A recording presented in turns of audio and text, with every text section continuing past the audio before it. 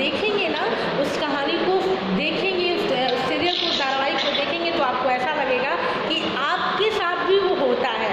आपके पिताजी भी, आपके घर वाले भी आपको ज़्यादातर उसी जैसे वो डांट सुनता है, छोटी छोटी बात पे आप लोग भी सुन जाते हैं। तो आज हम लोग जो कहानी पढ़ने वाले हैं, जो हम लोगों ने पिछली कक्षा में पढ़ी थी, आज हम लोग जो पढ़ेंगे वो है 10 आमों की कीमत, और उनके द्वारा ही रचित है। और बिल्कुल आप जैसा करते हैं, जो आप सोचते हैं, बिल्कुल स्वामीनाथन भी वैसा ही सोचता था, और वैसा ही जब अपने पिताजी को घर के आंगन में देखता है तो वैसा। अभी तो आपको आदत हो गई घर में रहने की, पेरेंट्स के साथ रहने की, लेकिन याद कीजिए आज से 1-1.5 साल पहले जब आप स्कूल आते थे, और तो आपके पिताजी भी घर से बाहर चले जाते थे, आप भी स्कूल आ जाते थे, लेकिन छुट्टियों के दिन जब वो घर में होते होंगे तो आपको लगता होगा, जब आपको पढ़ने के लिए कहते हैं तो आपको लगता होगा कि अरे बाप रे, आज ये घर में क्यों है, आज तो दिन भर पढ़ना पड़ेगा, दिन भर आपको पढ़ने को कहेंगे, है ना।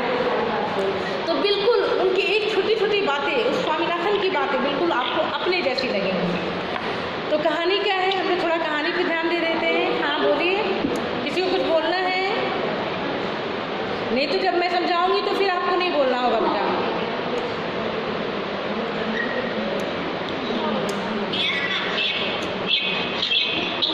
हाँ तो चलिए हम लोग थोड़ा बुक भी देख लेते हैं।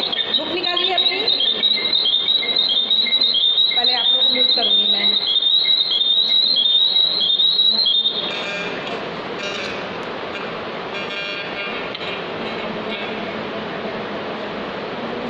ऋतुराज के लैपटॉप से आवाज़ आ रही थी, वर्षा सुहानी और ऋतुराज, बहुत ज़्यादा आवाज़ आ रही थी।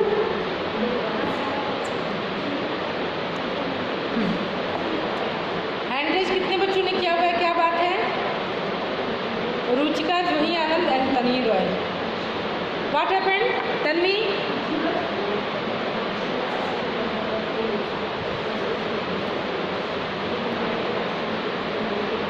हाँ तन्वी बताइए क्या बात है?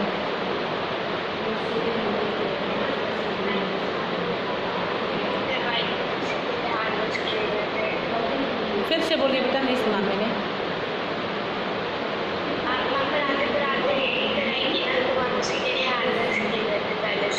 अच्छा चलिए, अब हम लोग बुक पे थोड़ा ध्यान दे देंगे।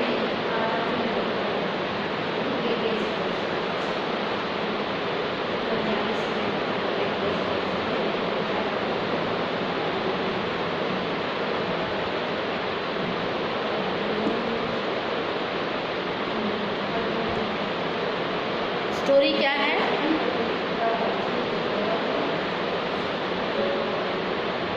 गर्मियों की छुट्टियों के तीसरे दिन पिताजी ने स्वामीनाथन को घर से बाहर निकलते देखा तो आवाज़ देकर बुलाया। पिताजी छोटे आंगन में धोती बनियान पहने खड़े थे। स्वामी को उन्हें इसको साथ में देखना अच्छा नहीं लगता था, क्योंकि इसका मतलब होता था कि वे निकट भविष्य में बाहर जाने वाले नहीं हैं। कहाँ जा रहे हो? कहीं भी नहीं। कल शाम इस वक्त कहाँ थे? यही तो था। तुम झूठ बोल रहे हो, तुम यहाँ नहीं थे और अब बाहर नहीं जाओगे, बैठकर पढ़ो। पिताजी के पास खड़े होकर स्वामीनाथन को पुस्तकें झाड़ने और मेज साफ करने का आदेश दिया। स्वामीनाथन बड़ी फुर्ती से किताबों की धूल झाड़ने लगा। वह मन ही मन सोच रहा था, यदि छुट्टियों में भी पढ़ाई करना जरूरी हो तो छुट्टियाँ दी ही क्यों जाती हैं। आधे घंटे बाद स्वामीनाथन पिताजी के कमरे में स्लेट पेंसिल लेकर तैयार बैठा था। पिताजी ने गणित की पुस्तक खोल रखी थी और उन्होंने लिखवाया, राजा राम के पास 10 आम हैं जिनसे वो 15 आने कमाना चाहता है। देखिए, गर्मी की छुट्टियां हो चुकी थी और पिताजी घर के आंगन में धोती बनियान पहने खड़े थे, और जैसे ही स्वामीनाथन उधर से गुजरा, वो बाहर निकलना चाह रहा था, तब तक पिताजी ने क्या पूछा, कहाँ जा रहे हो? और स्वामीनाथन ने क्या कहा, कहीं भी तो नहीं, यही तो हूँ। नहीं, तुम झूठ बोल रहे हो, कल तुम इस वक्त कहाँ थे? उसने कहा, यही तो था। लेकिन पिताजी ने कहा कि नहीं, अब चलो, तुम कहीं नहीं जाओगे, तुम बैठकर पढ़ाई करोगे।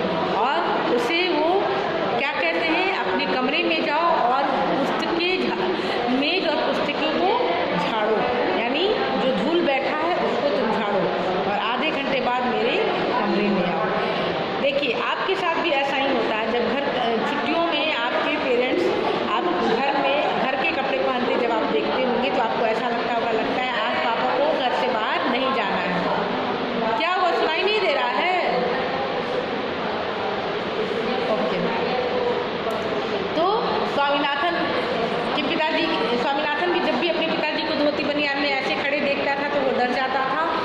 दिन भी ऐसा ही हुआ। उन्होंने क्या कहा, अपने कमरे में जाओ और टेबल कुर्सी को साफ करो और आधे घंटे बाद मेरे कमरे में आओ। और जब वो उनके कमरे में मेज और टेबल को साफ करने के बाद गया तो उन्होंने गणित की पुस्तक खोल रखी थी और उन्होंने एक सवाल दिया, मैथ का, गणित का एक सवाल था। मैथ को हिंदी में क्या कहते हैं, गणित। तो गणित का एक सवाल था और सवाल क्या था कि राम के पास 10 आम है जिससे वो 15 आने कमाना चाहता है और कृष्णा उसमें से 4 आम लेना चाहता है, तो कृष्णा को राम को कितने पैसे देने पड़ेंगे, यही सवाल था। लेकिन स्वामीनाथन जब इस सवाल को स्वामीनाथन ने लिखा तो स्वामीनाथन के अंदर यही बात हंट कर रही थी कि अगर पिताजी ये बता दे कि आम कच्चे हैं या पके हुए तो सारा जवाब मुझे इसमें मिल जाएगा। और थोड़ी आधे घंटे बाद जब पिताजी ने पूछा कि क्या सवाल हल हो गया, 10 मिनट बाद ही उसने कहा कि नहीं, आप क्या मुझे ये बताएंगे कि आम जो थे वो कच्चे थे या पके हुए। वो बस यही चाहता था, ये जानना चाहता था कि ये बताइए कि आम कच्चे थे या पके हुए। लेकिन पिताजी ने क्या कहा कि पहले तुम सवाल हल करो, बाद में मैं तुम्हें बताऊंगा। और स्वामीनाथन बिल्कुल लाचार हो गया उस सवाल को हल करने में, क्योंकि उसे ऐसा लग रहा था कि वो सवाल बिल्कुल उसका आंसर जो है, उसका हल जो है उसी सवाल के जो वो पूछ रहा है कि आम कच्चे हैं या पके हुए, उसमें वो छिपा हुआ है। लेकिन यहाँ ये जो सवाल था, आप लोग जिस स्टैंडर्ड में हैं, 6th स्टैंडर्ड में हैं, आप लोगों ने इकाई का प्रश्न तो किया है ना मैथ्स में, यूनिट 1/10 यूनिट का क्वेश्चन आप करेंगे और बहुत ईजी होता है ये, बिल्कुल उसी पर आधारित ये प्रश्न था।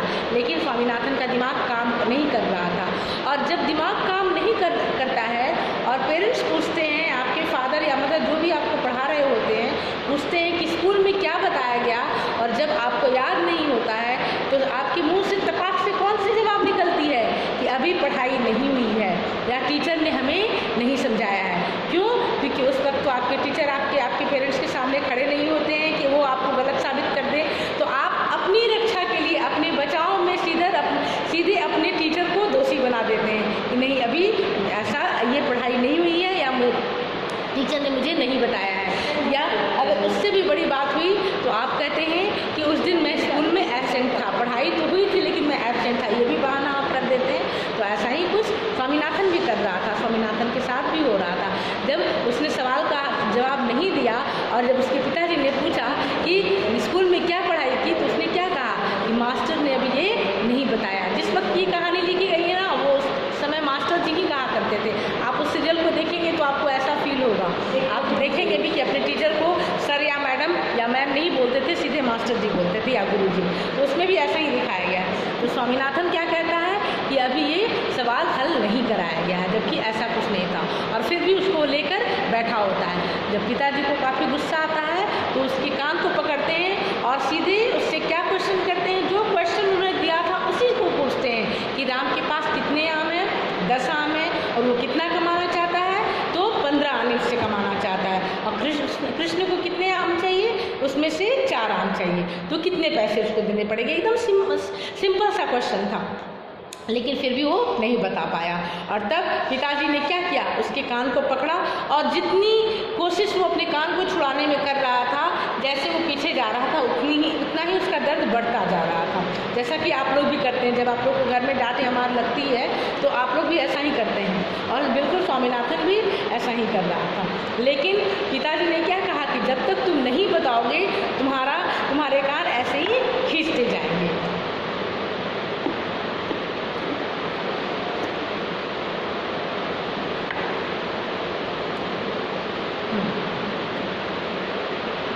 और पिताजी ने उसके हाथ से स्लेट ले ली और क्या कहा कि अभी तुमसे जवाब निकलवाता हूँ। पिताजी ने सवाल को मन में पढ़ा और पूछा, 10 आमों की कीमत कितनी हुई? उसने क्या बताया और वो प्रतीक्षा करता रहा। स्वामीनाथन ने सवाल पर नजर डालकर यह जानना चाहा कि उसके किस हिस्से में जवाब छिपा हुआ है, क्योंकि उसे बिल्कुल भी समझ में नहीं आ रहा था। उसके दिमाग में बस एक बात बैठ गई थी कि आम कच्चे हैं या पके हुए, उसी में उसका हल, उस सवाल का हल छिपा हुआ था। और पिताजी ने क्या कहा, तुम 1 नंबर के बुद्धू हो, पढ़ो सवाल को, फिर से पढ़ो। और वो जब सवाल पढ़ता है तो क्या कहता है कि राम ने 10 आमों की कितनी रकम मांगी है, तो 15 आने। अब स्वामीनाथन ने कहा, किंतु उसका मन बहुत घबराया हुआ था और वो इस बात को मानने को तैयार नहीं था कि वो सही है, लेकिन वो सही था क्योंकि 15 आने ही उसने कीमत लगाई थी। बहुत अच्छा, पिताजी ने थोड़ा सा उसको रिमार्क्स भी दे दिया साथ में और थोड़ी उसको शाबाशी भी दी कि चलो बहुत अच्छा किया तुमने। अब कृष्ण को कितने आम चाहिए और कितने आम लेना चाहता है कृष्ण? तो 4 आम लेना चाहता है। अब दाम 4 आमों के ही दाम निकालने थे उसमें, लेकिन ऐसा लग रहा था कि स्वामीनाथन को सताने में उसके पिताजी को मजा आ रहा है। और वो कैसे? बेवकूफ़ कृष्ण कितना दाम देगा। अब राम और कृष्ण को लेकर, राम और कृष्णा को लेकर स्वामीनाथन के अंदर बिल्कुल उन दोनों के नाम से उसको घृणा होने लगी थी, क्योंकि उन दोनों के कारण ही वो इतना सताया जा रहा था। हालांकि राम और कृष्ण ऐसे कोई बच्चे नहीं थे। ये तो जैसे आप जब मैथ्स बनाते हैं तो आपके टीचर कहते हैं ना, सपोज दैट एक्स ने इतना लिया, वाई ने इतना लिया, तो एक्स वाई आप सपोज करके एक्स वाई कहते हैं। यहाँ उसके पिताजी ने राम और कृष्ण की बात कर दी, यानी राम एक्स को राम पर कह दिया, वाई को कृष्ण कर दिया। तो यहाँ राम और कृष्ण कोई नहीं था, आपको सोचना था, उसके पिताजी ने जैसे सोचा। लेकिन फिर भी यहाँ स्वामीनाथन को राम और कृष्ण से घृणा होने लगी, क्योंकि उनके कारण वो अपने पिताजी के द्वारा सताया जा रहा था। अब वो काफ़ी कोशिश कर रहा था लेकिन वो बता नहीं पा रहा था। जब तक तुम नहीं बताओगे 10 आमों के 15 आने तो एक आम कितने का, तब तक मैं तुम्हें छोड़ूंगा नहीं। और उसके पिताजी उसके कानों को खींचते जा रहे थे। वो बेचारा आँख मिचमिचाकर सोचता रहा, लेकिन पिताजी के सवाल का जवाब वो नहीं दे पा रहा था। और वो क्या सोच रहा था मन ही मन कि आज पिताजी को क्या हो गया है, आम की कीमत जानने की क्या इच्छा है, क्या ज़रूरत है इतनी। यदि पिताजी जानना ज़रूरी समझते हैं तो ये बाजार जाकर पूछ क्यों नहीं आते। उसे ऐसा लग रहा था क्योंकि बच्चा तो काफ़ी छोटा था आपकी उम्र का ही था, और जितनी आपकी सोच है बस उतनी ही सोच उसकी भी थी। तो उसे यही लग रहा था कि आखिर उनको आम के दाम क्यों जानने हैं। अगर इतना जानना ही है तो ये बाजार जाए, आम खरीदे, इनको दाम पता चल जाएगा, और वो मुझे क्यों तंग कर रहे हैं। ये इन्हीं सब बातों को वो सोच रहा था, लेकिन जो उत्तर होना चाहिए था उसका, वो उसके पास नहीं था।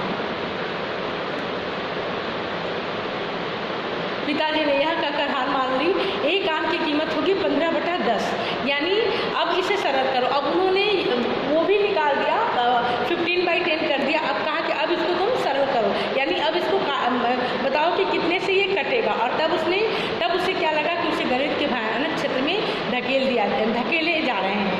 लेकिन पिताजी मेरी स्लेट दीजिए। अब उसको भी थोड़ा गुस्सा आ रहा था कि अब जब पिताजी पीछे पड़े हैं तो मुझे पिताजी को बताना ही पड़ेगा। उन्होंने अपने पिताजी से स्लेट ले ली और कहा कि मैं अभी निकालता हूँ। और स्वामीनाथन बोला, उसने सवाल हल किया और 15 मिनट बाद बोला, एक आम की कीमत हुई 3/2 आने। अब उसने जब 10/15 था तो उसने उसको काटना शुरू किया और उसने क्या निकाला कि 3/2 ही, और जब उसको मल्टीप्लाई कर देंगे 3 × 2 करेंगे तो कितना होगा 6। उसे उम्मीद था कि उत्तर गलत बताया जाएगा, किंतु पिताजी ने कहा कि बहुत अच्छे, इसे भी सरल करो। और 1 घंटा यातना झेलने के बाद, यातना यानी कष्ट, 1 घंटा कष्ट झेलने के बाद स्वामीनाथन ने घोषणा की कि कृष्ण को 6 आने देने होंगे। इसके साथ ही वो रो पड़ा, काफ़ी दुखी था क्योंकि पूरी दोपहर वो परेशानी में था और बहुत परेशान था। तो बिल्कुल घबरा गया था और रोने लगा। लेकिन उसके बाद उसके पिताजी ने उसको छोड़ दिया। जैसे आप भी कभी कभी अपने पिताजी के चंगुल से भागते हैं, वो भी भाग गया। शाम को जब शाम के 5 बज रहे थे और पढ़ाई बिल्कुल ख़त्म हो चुकी थी, शाम को जब हम लोग खेलने कूदने जाते हैं, आप बच्चे खेलने कूदने जाते हैं, बड़े टहलने जाते हैं, उसी वक्त उसके पिताजी भी टोपी और कोट पहन के बैडमिंटन उठाया और वो क्लब की ओर जाने लगे। और उन्होंने क्या देखा कि स्वामीनाथन चुपचाप खंभे के सहारे खड़ा है। उन्हें पिताजी को स्वामीनाथन को देखकर थोड़ा दुख हुआ और उन्होंने क्या सोचा कि आज दिन भर सारी दोपहरी इसको परेशानी में डाले रखा, तो उनको थोड़ी दया आई इसके ऊपर और पूछा कि क्या मेरे साथ तुम क्लब चलोगे। उसने कुछ भी जवाब नहीं दिया और सीधे वो अपने कमरे में गया और टोपी और कोट पहनकर वो आ गया और पिताजी के साथ गाड़ी में बैठकर वो भी उनके साथ क्लब चला गया। अब यहाँ आप जब पढ़ेंगे तो इसमें सवाल भी स्वामीनाथन से संबंधित है। तो यहाँ पे बात, 1 मिनट रुकिए, आप लोग अनम्यूट कर दूँ पहले मैं, लेकिन जिससे पूछूंगी वही बताइए। तो हाँ पूछिए। जसवंत, जब आपसे पूछूंगी तो आप बोलिएगा, अभी जूही को बोलने दीजिए। हाँ बोलिए जूही।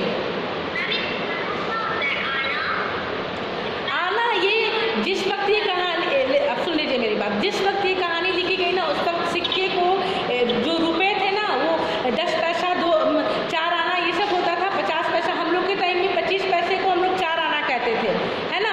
तो आना वो सिक्के को कहते हैं। तो अब वो खत्म हो गया। जैसे नोट, तरह तरह के नोट आने लगे ना, आप नए नए नोटों को देख रहे हैं, उस वक्त आने में बात होती थी। तो ये जब कहानी लिखी गई तो उस वक्त आना ही चलता था, 1 आना 2 आना, तो 6 आने की बात वहाँ पे हुई है। हाँ बोलिए, और जसवंत बोलिए। हाँ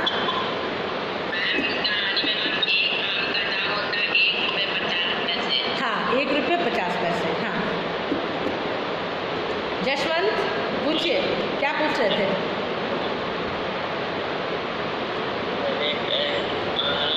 अब देखिए, अब इससे बोलूँगी ना तो ये कुछ नहीं पूछेगा। जब दूसरा बच्चा बोलता रहता है तो ये जरूर सवाल करता है। जसवंत, सारे बच्चों को मैंने अनम्यूट किया हुआ है। जसवंत सिंह बोलिए। चलिए, तो पहले हम लोग हाँ बोलिए। मैम 6 आंसर होगा।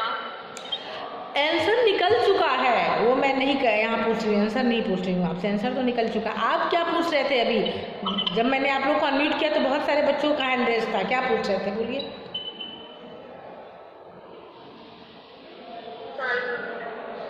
चलिए कोई नहीं, आगे हम लोग देखते हैं। तो हमने जो कहानी पढ़ी उसमें लास्ट इसका अंत क्या था कि आप भले ही ये कोशिश करें, ये जानें कि आपके माता पिता आपको परेशान करते हैं या टीचर आपको पढ़ने के लिए कहते हैं, परेशान करते हैं, लेकिन जब वो आपको पढ़ने के लिए कहते हैं और जब आप पढ़ते हैं, दिन भर पढ़ते हैं, तो वो भी आपके बारे में सोचते हैं और आपके खेल कूद का या हंसने घूमने का या कहीं बाहर आने जाने के बारे में वो भी सोचते हैं। ऐसा नहीं है कि वो कहते हैं तुम दिन भर पढ़ते रहो और मैं दिन भर बाहर घूमता रहूँगा, ऐसा नहीं होता है। तो बहुत बच्चे ये सोचते हैं कि दिन भर पापा या आपकी मदर है, दिन भर ये लोग पढ़ने के लिए कहते हैं, तो वो आपकी भलाई के लिए ही कहते हैं। जैसे स्वामीनाथन के पिताजी ने दिन भर स्वामीनाथन को परेशान किया नहीं, उन्होंने एक प्रश्न दिया, लेकिन वो एक प्रश्न को लेकर ही दिन भर परेशान रहा।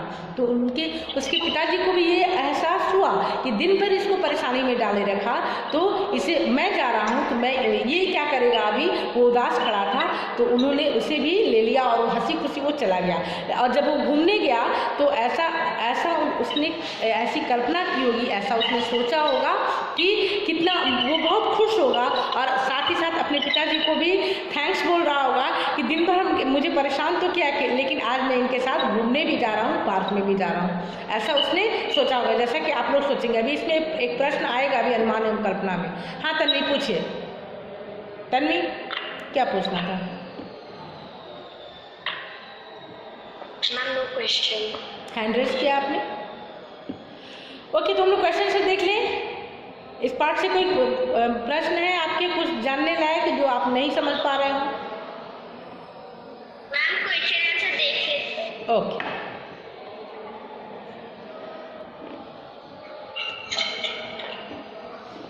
सबसे पहले हम लोग पाठ में से ही कर लेते हैं। पहला प्रश्न है कि पिताजी भविष्य में बाहर जाने वाले नहीं हैं, स्वामीनाथन को ऐसा क्यों लगा? कौन बताएगा? मैम मैं श्रेयस अमृत। बताइए।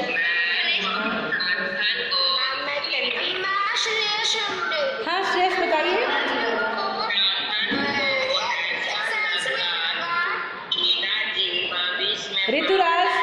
ऋतुराज मुँह बंद कीजिए अपना, स्टॉप। आपसे नहीं पूछा ना मैंने, श्रेयस को बोलने दीजिए। हाँ श्रेयस बोलिए। Yes ma'am. मैम स्वामीनाथन को ऐसा इसलिए लगा कि पिताजी निकट भविष्य में बाहर नहीं जाने वाले हैं क्योंकि वो बनियान और धोती पहने हुए थे।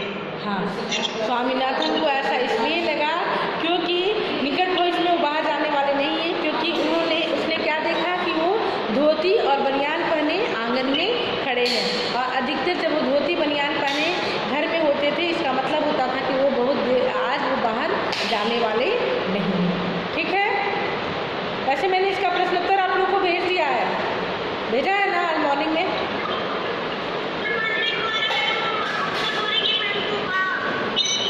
दूसरा प्रश्न क्या है? पिताजी ने स्वामीनाथन को क्या करने का आदेश दिया?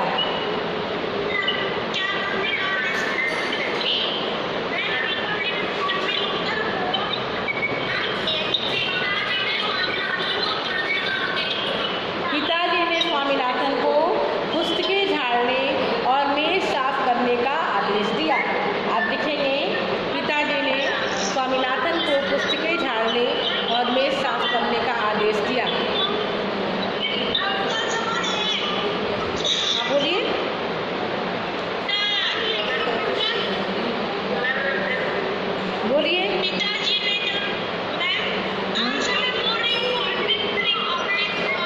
पिताजी ने जो स्वामीनाथन को पढ़ने के लिए कहा कि हमें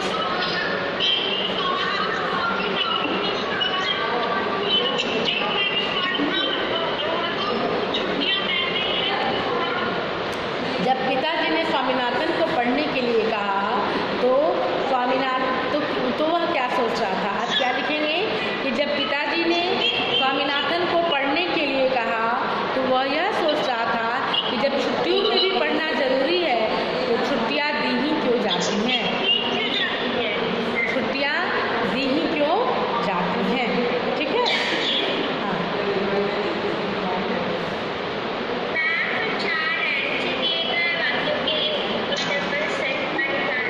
हाँ बोलिए।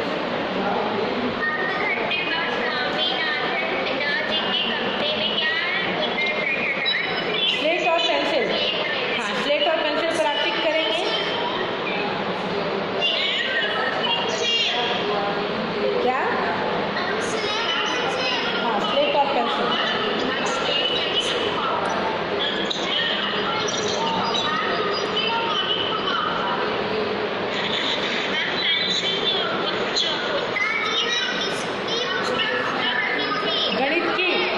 गणित की आप टिक करेंगे गणित पर, गणित की पुस्तक। स्वामीनाथन ने सवाल हल करने के बाद एक आम की कीमत कितनी निकाली? 3/2 आने। 3/2 आने। हाँ 2 आना। हाँ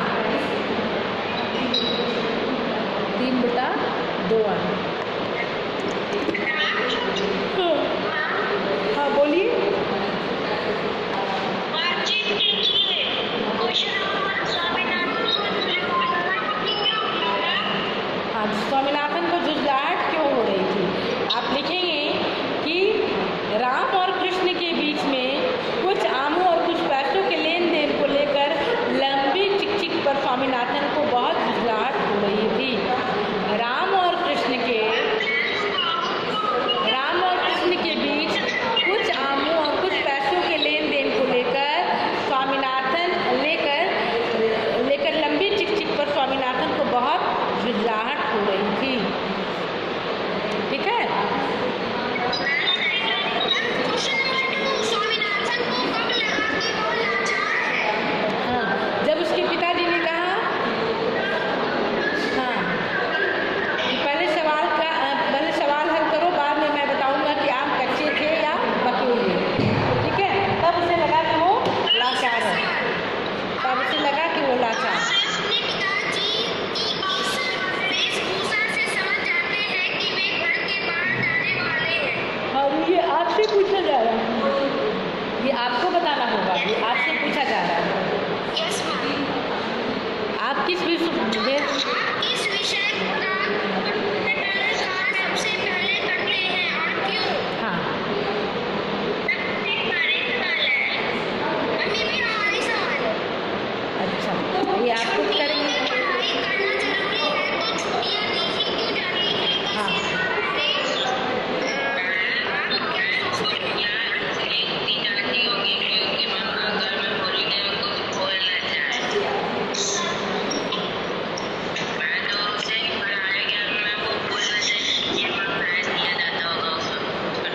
छुट्टियां इसलिए दी जाती हैं ताकि बच्चों को जो चीजें पढ़ाई करें उन्हें याद करने का समय मिले। हाँ आगे।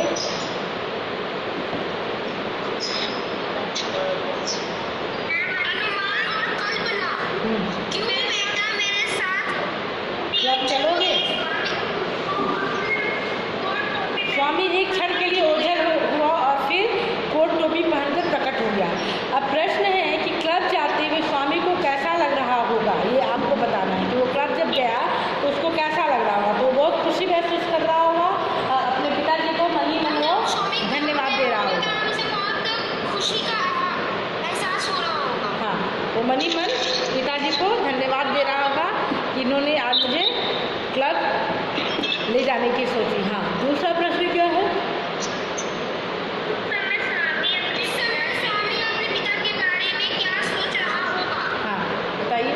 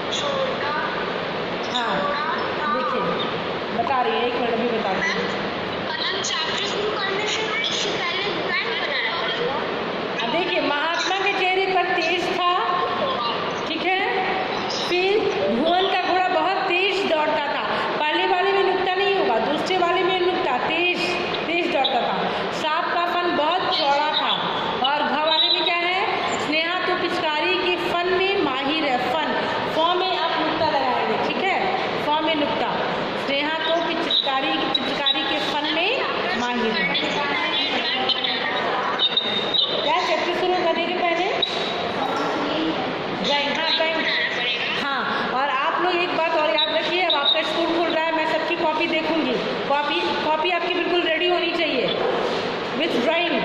आप हर जो चैप्टर आपने किया होगा उसमें ड्राइंग होना चाहिए, ठीक है ना। फिर आइए सब पहले हम लोग उसको कंप्लीट कर लेते हैं। शब्दकोश के अनुसार आपको शब्दों को लिखना है। सबसे पहले अखबार में नंबर 1 कर लेंगे। फिर आंगन, अखबार, फिर आंगन।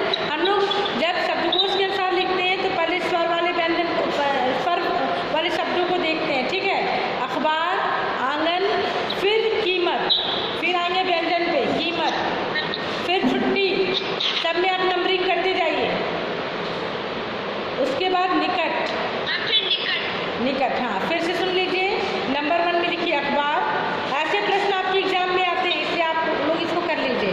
नंबर 1 में अखबार, फिर नंबर 2 आंगन, नंबर 3 कीमत, नंबर 4 में आइए आप छुट्टी, 5 में निकट, नंबर 6 निकलते, फिर भयानक।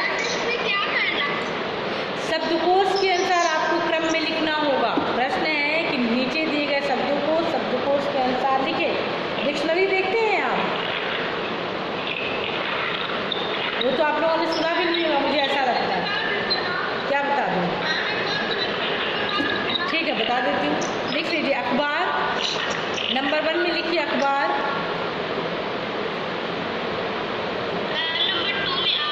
हाँ नंबर 2 में आंगन, फिर लिखेंगे कीमत,